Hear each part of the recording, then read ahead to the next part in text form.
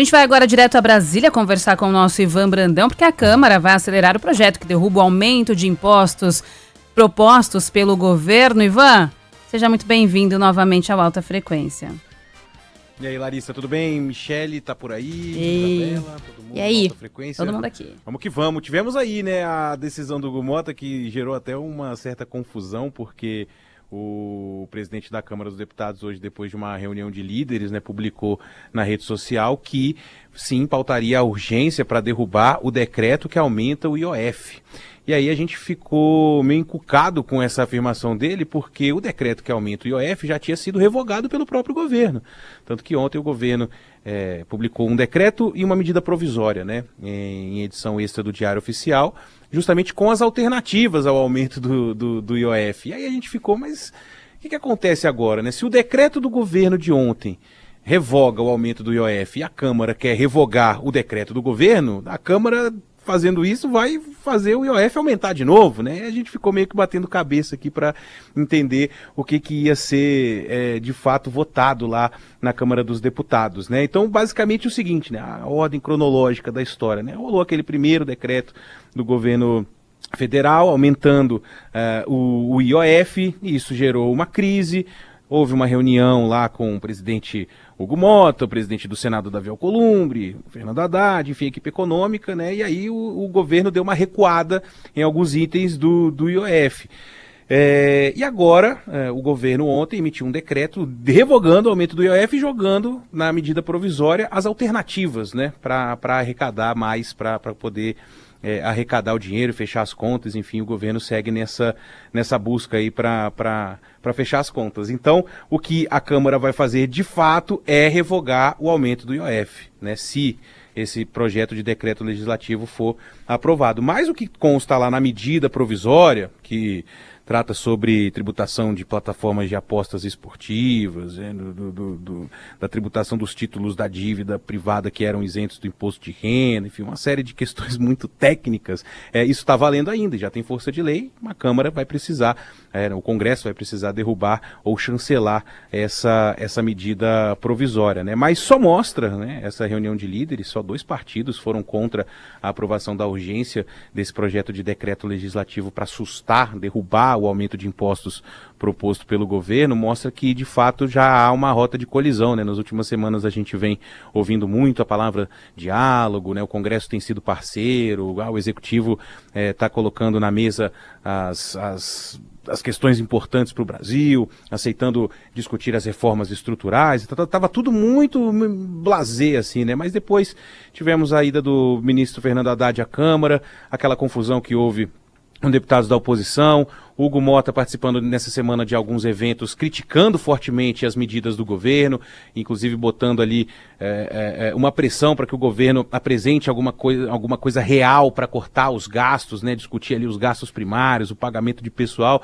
Então, aquela história de todo mundo amiguinho e discutindo por um Brasil melhor, ela está ficando meio de lado. Há sim uma rota de colisão aí, tanto é que a maior federação na Câmara de Deputados já fechou questão antes de saber o que ia vir na medida provisória do governo, já falou que ia ser contra. Então tá meio que nessa temperatura, né? O projeto de decreto legislativo, só para explicar rapidinho aqui para o ouvinte, são proposições das próprias casas, né, Congresso, do Congresso, né, o Senado e a Câmara, para regulamentar questões que são exclusivas do Congresso Nacional. Então, para você, na visão deles, para você usar um imposto que é regulatório como arrecadação, isso aí é um papel, isso aí quem tem que aprovar é o Congresso Nacional, e por isso esse projeto de decreto legislativo vai ser votado. A urgência primeiro, né, que é para encurtar o caminho dele, isso ainda não vai ser algo que vai definir, né, o fim das medidas, não, ele está pautado à urgência,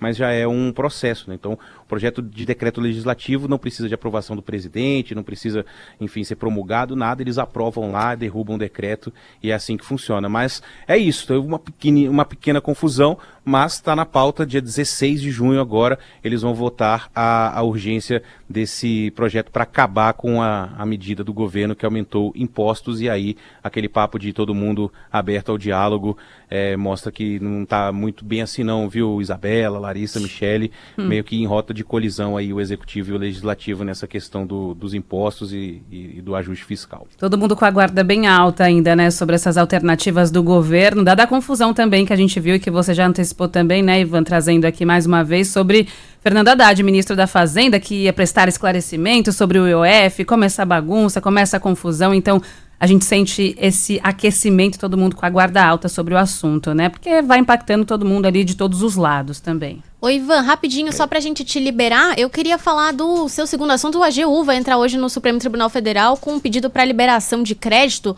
para pagar os aposentados que foram roubados. Já tem alguma definição de quando vai ser? Vai ser realmente nessa tarde? O que você sabe aí de bastidor?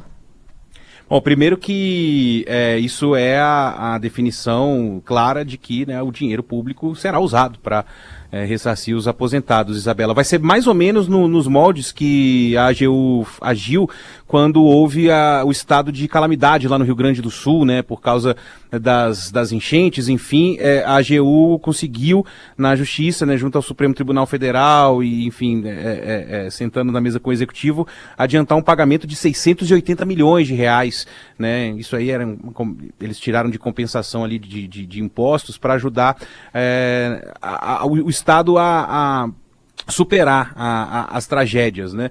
E deve ser meio que nesse molde, um pedido ao STF também da abertura de um crédito extraordinário para já começar a pagar os aposentados que foram roubados, né, aqueles descontos ilegais nas folhas de pagamento do INSS. Eles estão reunidos desde cedo, né? A gente sabe que vai ser hoje, a gente não sabe qual vai ser o valor, mas muito provavelmente deve haver essa ação aí da Advocacia Geral da União junto ao Supremo Tribunal Federal para liberar esse crédito.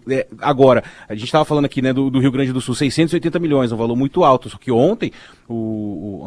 anteontem o ministro da Previdência esteve na Câmara dos Deputados e falou em algo em torno de 3 bilhões, né, de rombo, né, que é uma coisa meio pornográfica, assim, para ser aberto como um crédito extraordinário, né? Então, a gente tem ainda essa lacuna, né, de qual vai ser o valor, muito provavelmente não o suficiente para ressarcir todos os aposentados, mas ali a confirmação de que, de fato, o dinheiro público será usado para pagar os aposentados, e essa ação deve ser apresentada, uma ação, né, um pedido, né, apresentado ao Supremo Tribunal Federal ainda hoje. Assim que esse pedido for apresentado, a gente volta, né, com mais informações. Tem que ver como é que tá o score do governo para ter crédito, porque não tá muito bom não, viu?